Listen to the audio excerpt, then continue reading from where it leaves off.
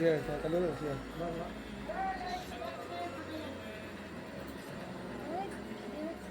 শ্রাবণ মাসের প্রথম সোমবার, তো মহাদেবের নাম করে আমি আমার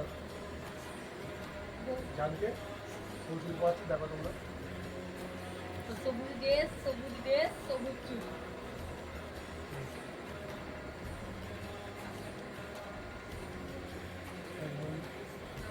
মামিকে ধরো ভালো করে, একটা একটা ঢুকাও, ভেঙে যাবে। হ্যাঁ, আমার মাঠটা উঠতেই নেই, সব করা করে পড়াতেই পারছে না, সে কবে পড়িতে ভুলে গেছে।